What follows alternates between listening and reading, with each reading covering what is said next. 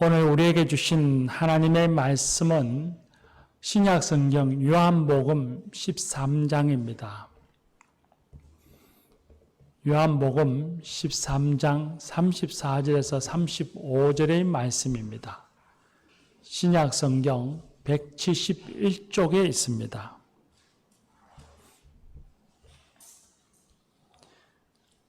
요한복음 13장 34절에서 35절의 말씀입니다. 이제 하나님의 말씀을 경청하시겠습니다. 새 계명을 너희에게 주노니 서로 사랑하라. 내가 너희를 사랑한 것 같이 너희도 서로 사랑하라. 너희가 서로 사랑하면 이로써 모든 사람이 너희가 내 제자인 줄 알리라. 아멘. 이 말씀으로 하나님이 은혜 주실 줄 믿습니다. 방금 우리가 읽고 들은 이 말씀은 잘 알려져 있는, 우리가 익히 알고 있는 말씀입니다. 예수님께서 인류의 죄를 용서하시기 위해서 십자가의 죽음에 달리실 때가 가까운 줄을 아시고 제자들과 마지막 만찬을 하셨습니다. 그런데 예수님께서 식사 중에 돌연히 자리를 박차고 일어나셔서 수건을 허리에 두르시고는 제자들의 발을 한 사람 한 사람 씻겨주시고 그리고 그 발을 닦아주셨습니다. 그 같은 행동은 노예들이 주인이 바깥 출입을 하고 들어오면 더러워진 발을 씻겨주는 일을 하는 것입니다. 또 귀한 손님이 오면 노예들이 그 손님의 발을 씻겨주고 닦아줍니다. 노예들이 하는 일을 제자들의 선생님이고 구주가 되신 예수님께서 친히 그들의 발을 씻겨주시고 닦아주셨습니다. 그리고는 예수님께서 제자들에게 말씀하셨습니다. 내가 너희를 사랑한 것 같이 너희도 서로 사랑하라. 너희가 서로 사랑하면 모든 사람이 너희가 내 제자인 줄 알리라 말씀하셨습니다. 오늘 우리에게 주신 이 말씀을 세 가지로 나누어서 함께 은혜를 나누고자 합니다. 먼저는 제자입니다. 너희가 서로 사랑하면 내 제자인 줄 알리라 하셨습니다. 제자란 헬라어로 마데테스라고 합니다. 제자가 어떤 사람인가 하는 것을 알려면 이 마데테스라고 하는 단어가 가진 의미를 살펴보면 됩니다. 첫 번째는 예수님께 자신의 삶을 의탁하는 사람입니다. 예수님께서 베드로와 다른 제자들을 부르실 때에 베드로는 예수님께서 따라오라 하시는 말씀을 듣고서는 자신의 삶의 기반인 호수, 배, 고향, 동무들 다 버리고 예수님께 자신의 삶을 의탁했습니다. 제자는 예수님을 삶의 주로 믿고 섬기고 의지하는 사람입니다. 두 번째는 예수님에 대하여 순종하는 사람입니다. 세상의 가치를 따르고 세상의 가치를 추구하는 사람이 아니라 예수님의 말씀을 따르고 순종하는 사람이 제자입니다. 마태복음 28장 19절 말씀에 보면 예수님께서 부활하시고 승천하시면서 제자들에게 마지막 주시는 당부의 말씀, 명령하시는 말씀이 있습니다. 그 말씀은 모든 족속에게 가서 세례를 주고 제자를 삼아 가르쳐 지키게 하라, 그렇게 말씀하셨습니다. 예수님을 믿어 죄 사함을 받고 하나님의 자녀가 되었다는 인정받는 세례에서 멈추지 말고 너가 이제는 하나님의 자녀가 되었다라고 하는 인정하는 세례만 줄 것이 아니라 더 나아가서 하나님의 말씀을 가르쳐 지키는 제자를 삼아라, 제자로 만들어라, 그렇게 말씀하셨습니다. 예수님이 원하시는 우리의 신앙의 모습, 저와 여러분의 신앙의 모습은 하나님의 자녀에 머무르는 것이 아니라 예수님의 제자가 되기를 원하십니다. 하나님의 자녀라고 하는 이 말의 의미도 우리가 엄밀히 따져보면 예수님의 제자라는 말과 강조점은 다르지만 동일한 의미를 갖고 있습니다. 하나님의 부름을 받아서 예수님을 믿고 죄 사함을 받아 구원을 얻어 하나님의 자녀가 되었습니다. 하나님의 자녀가 된 사람은 자녀로서 아버지 되시는 하나님을 의지하고 하나님의 말씀에 순종하며 살아야 합니다. 의지하며 순종하며 살아가야 하니 그 역시도 제자인 것입니다. 그러므로 그리스도인들은 하나님의 자녀가 되었다는 기쁨과 자랑에만 머무를 것이 아니라 더 나아가서 예수님의 제자가 되어야 합니다. 예수님은 저와 여러분이 교회에서뿐만 아니라 교회는 물론이거니와 우리가 살아가는 삶의 자리, 가정에서, 직장에서, 사회에서 예수님의 생각과 예수님의 말과 예수님의 행동과 예수님의 말씀을 따라 살아가는, 순종하며 살아가는 제자가 되기를 원하십니다. 사랑하는 교우 여러분, 저와 여러분이 예수님의 참된 제자, 예수님의 성숙한 제자가 되기를 축복합니다. 두 번째는 예수님의 제자됨의 조건이 예수님을 닮아 서로 사랑하는 것이라 말씀하셨습니다. 오늘 우리가 읽은 말씀에 보면 서로 사랑하면 이로써 너희가 내 제자인 줄 알리라 하셨습니다. 서로 사랑하는 것이 제자의 조건이라는 것입니다. 예수님께는 12제자가 있었습니다. 이 12제자들이 서로 사랑하면 예수님의 참된 제자가 된다는 말씀입니다. 오늘 우리에게 이 말씀을 비추어 보면 우리 교회의 성도들이 교우들 서로 간에 사랑함으로써 우리는 예수님의 참 제자가 된다는 말씀입니다.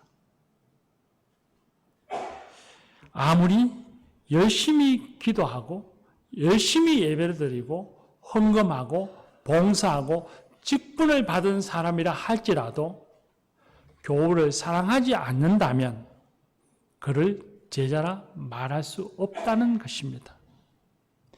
하나님의 자녀는 될지언정 예수님의 제자는 될 수 없습니다. 예수님이 기뻐하시는 제자, 성숙한 신앙인, 좋은 신앙인은 될 수 없다는 것입니다. 함께 신앙생활하는 교우를 사랑하지 않는 성도는 하나님을 잘못 알고 하나님을 잘못 믿는 것입니다. 오늘은 교회의 절기상 삼위일체 주일입니다. 지난주에는 성령 강림 주일이었고 성령 강림 주일을 지나면 삼위일체 주일로 예배를 드립니다.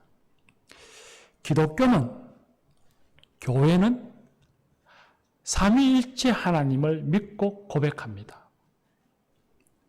성경에 보면 삼위 곧 성부 하나님 그리고 예수님, 성령님 이 세 분이 각각의 존재와 사역을 갖고 계시면서도 언제나 하나의 공동체를 이루어서 하나가 되셔서 함께 하십니다. 그래서 그 뜻과 의지와 생각과 행하심이 다르지 아니하고 동일합니다. 하나입니다. 창세기 1장에 보면 하나님이 사람을 창조하실 때에 내 형상을 따라 하시지 아니하고 우리의 형상을 따라 사람을 만들자 하셨습니다. 우리라는 복수를 사용하셨습니다. 그리고 요한복음 17장에 보면 예수님께서 대제사장 기도를 드리면서 우리가 하나 된 것 같이라고 하셨습니다. 우리라는 복수가 하나가 되었다는 것입니다. 삼위의 하나님이 하나 되셨다는 거 말씀하고 가르쳐주고 계십니다. 그러므로 교회는 삼위일체 하나님을 믿습니다. 그리고 그 삼위의 하나님이 하나됨의 관계는 사랑에서부터 비롯되어집니다. 사랑함으로써 하나됨을 이루셨습니다. 요한복음 17장에 예수님께서 하나님의 하나됨을 말씀하시면서 아버지가 나를 사랑하심같이 라고 하는 말씀을 반복적으로 여러 번 말씀하셨습니다. 삼위의 하나님은 사랑으로서 하나를 이루셨습니다. 사랑으로서 하나 되어지셨고 사랑으로서 한 분이 우리에게 임하여 계십니다. 그러므로 이 삼위일체 하나님을 믿고 고백하는 성도와 교회는 반드시 서로 사랑하여야 하고 사랑으로서 하나됨을 이루어 가야 합니다.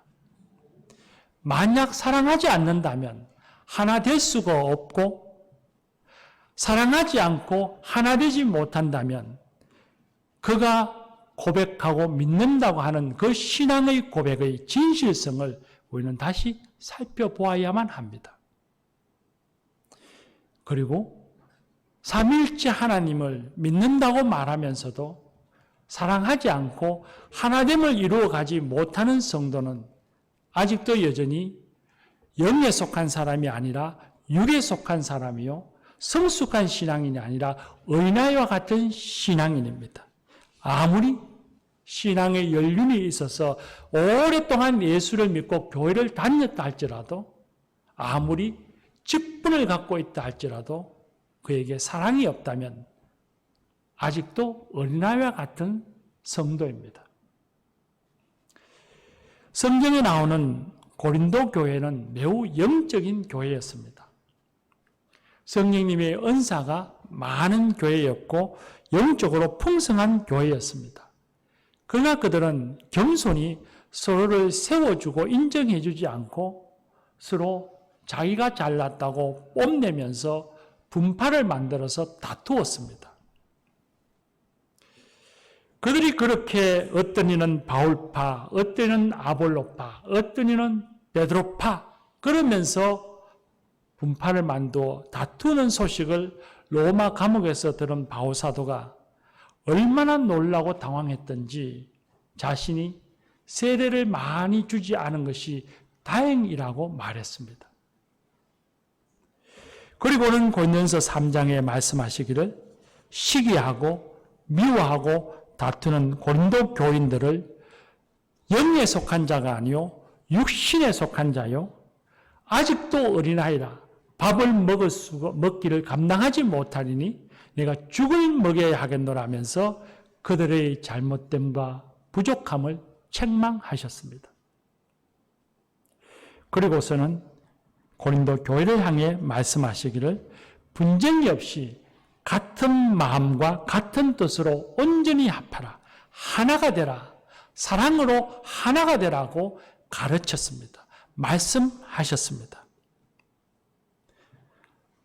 삼위일체 하나님을 믿는 성도들이라면 서로 생각이 다르고 삶의 방식이 다르고 개성이 다르고 모든 것이 다 다를지라도 서로 사랑하여 같은 마음, 같은 뜻, 같은 목표를 가지고 살아야 합니다.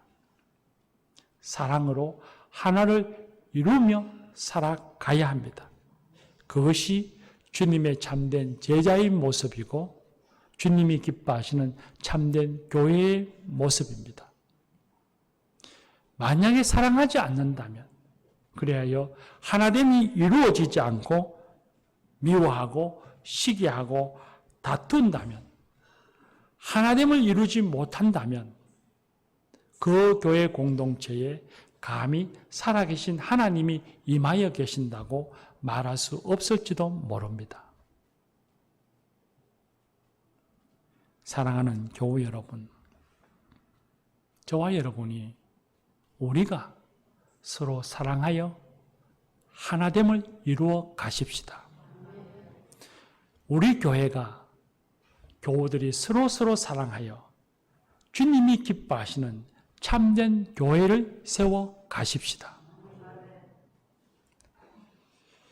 세 번째는 제자됨을 세상이 알게 하는 것입니다. 오늘 우리가 읽은 말씀에 보면 서로 사랑하라. 이로써 너희가 내 제자임을 모든 사람이 알게 되리라 하셨습니다. 이 말씀, 모든 사람이 알게 되리라는 말은 결국 세상이 알게 되리라는 말씀입니다. 그리고 이 말씀은 제자 된 것을 자기 개인의 일로만 여기고 자기 만족에만 여기지 말라는 말씀입니다. 자신이 제자 된 것을 교회의 일로만 여기지 말라는 말씀입니다. 모든 사람이, 세상이 알게 하라고 말씀하셨습니다. 좀 학문적인 용어를 빌리면 공공성을 인정받아야 한다는 말씀입니다. 몇 해 전이죠. 서울 명성교회가 담임 목사 세습 문제로 한동안 텔레비전에 뉴스가 되었습니다. 텔레비전 메인 뉴스로 나오기도 하고 일간지의 주요 뉴스로 한쪽 귀퉁이에 자그맣게 나오는 뉴스가 아니라 제법 큰 지면을 차지해서 뉴스가 나와서 등장한 적이 있습니다. 그리고 그 뉴스와 신문은 세습하는 교회를 향해서 비판했습니다. 그런데 그런 뉴스가 한참 많이 등장하고 매일 등장할 때에 제 아내가 텔레비전에서 나오는 그 뉴스를 보면서 한 말이 있습니다. 저 사람들 왜 저래? 자기들이 교회에 헌금을 해. 뭘 했다고 교회에 감나라 배나라 해? 교회에 헌금하고 교회를 사랑하는 교인들이 알아서 하면 될 일이지. 왜 신문이 뉴스가 교회를 비판하고 그래? 하는 말을 들었습니다. 교회를 비판하는 말이 듣기가 불편해서 그런 말을 했을 거라고 여겨집니다. 그런데 그 말을 곰곰이 생각해 보면 한마디로 말해서 왜 사적인 일에 세상이 관여하느냐는 말입니다. 우리는 교회의 일을 사적인 영역이라고 생각합니다. 교회가 사단법인으로 등록되어 있지만 국가로부터 어떤 간섭도 받지 않습니다. 교회가 교인들이 모여서 헌금을 하고 그리고 그 헌금으로 교회를 세우고 교회를 유지해 가기 때문에 범법 행위를 하지 않는 한 국가는 교회에 대해서 이러쿵 저러쿵 말할 수 없는 사적 영역이라고 우리는 생각하고 있습니다. 그렇게 살아왔습니다. 그런데 어느 순간부터 교회가 사적 영역에 머물러 있지 아니하고 이제는 옮겨서 공적인 영역, 공공성의 영역으로 들어왔습니다. 사회가 교회의 일을 교회의 일로만 여기지 않는다는 말입니다. 코로나19 팬데믹을 통해서도 이 사실은 잘 증명되었습니다. 교회발 간염 사태가 한국 사회를 뒤흔들 때마다 한국 교회는 사회로부터 비판을 받아왔습니다. 세상은 교회를 향해서 비판했습니다.